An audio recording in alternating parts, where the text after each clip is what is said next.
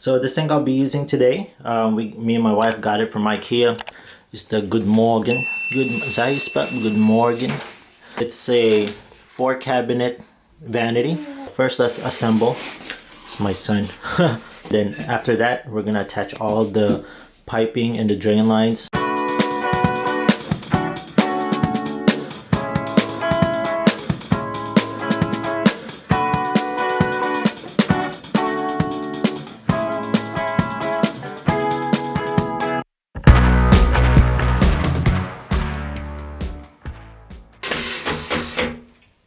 This is actually 48 inches.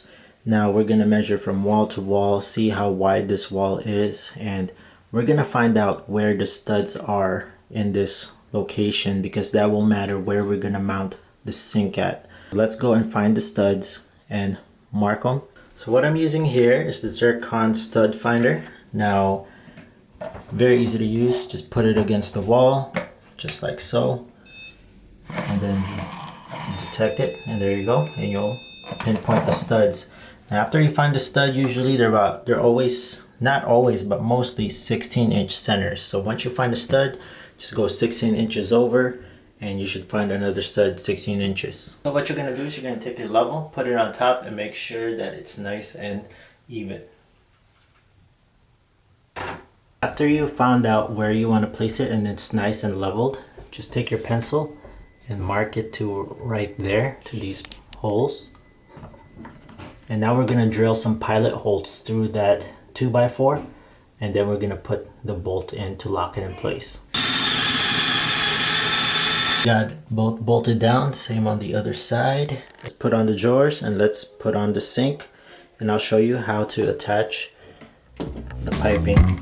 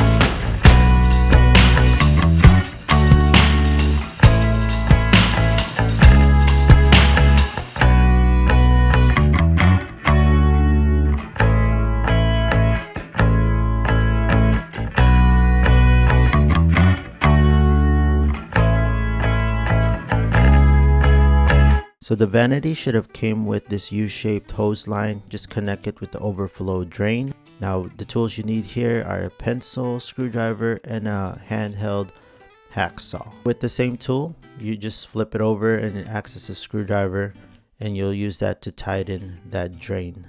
Okay, now connect the drain tubing, add the gasket,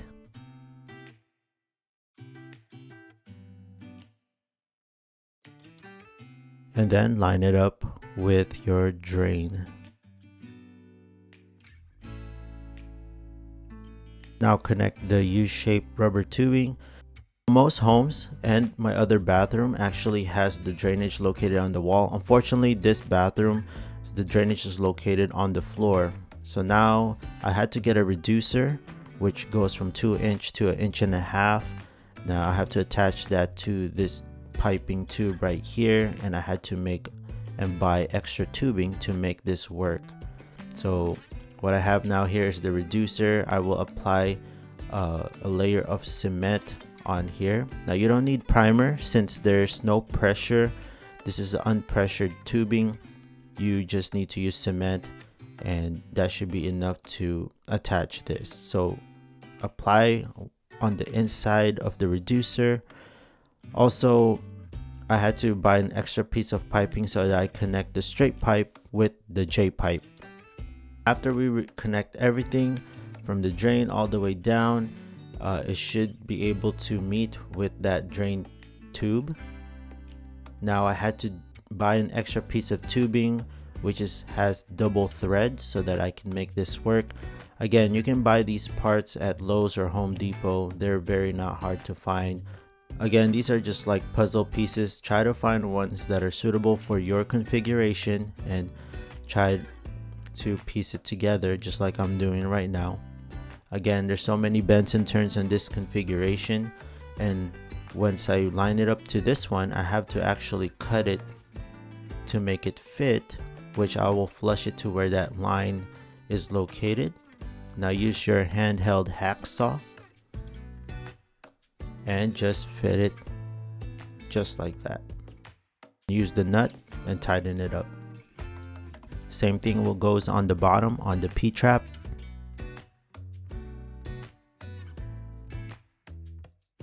After you hand tight it, I like to use my channel lock pliers.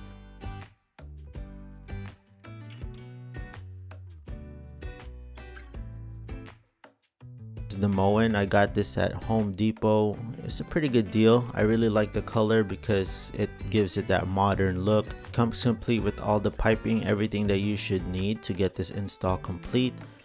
It has the cold line and also the hot line. It comes with the drainage, a plate, and also pieces to lock, and this special tool to lock that sink in place. Now I'm installing the rubber gasket for the underneath. Now, I'm not installing that plate. I want it to look as simple as possible, so I'm just doing it as a standalone just like that. Now with that moon shaped tool, just place it underneath, and then that will tighten the faucet. Now with the tool provided, just place it right underneath that nut. Use your screwdriver and insert it through the tool, and you should be able to tighten it just like that. We're going to connect the hot side. I'm going to be using some plumber's tape. Now this will be going through the threads. I'm just going to put about one layer all the way around. This will prevent it from leaking after we tighten the connecting line. Make sure that it's nice and tight or else it will leak. Now we're gonna do the same thing on the other side.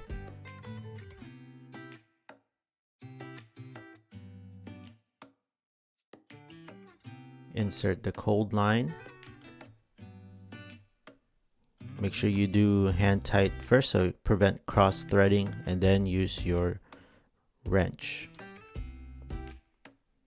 Now we're gonna be turning it on both of the lines, and then we're gonna test it. Now sometimes when you first test this, there's gonna be some discoloration on the water. Just let it run for a few minutes to drain all that nastiness out.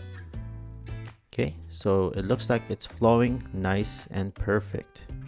Now make sure that when this is running, check all the tubes, check all the drains from underneath, make sure there are no leaks, and if there is a leak, go back and make sure you put the right gaskets, put some extra glue on there so it'll prevent it from leaking again. Now we're going to be installing back the drawers, and it should look nice and flush just like that. So once again, friends, thank you so much for tuning in. If you found this video helpful and if I helped you out in any way, please hit that like button, press the subscribe button, and that notification bell so you can always be in tune on DIYs, how-to videos, and many product reviews on this channel. Thank you once again, guys. I hope you have a good day. I'll see you on the next video.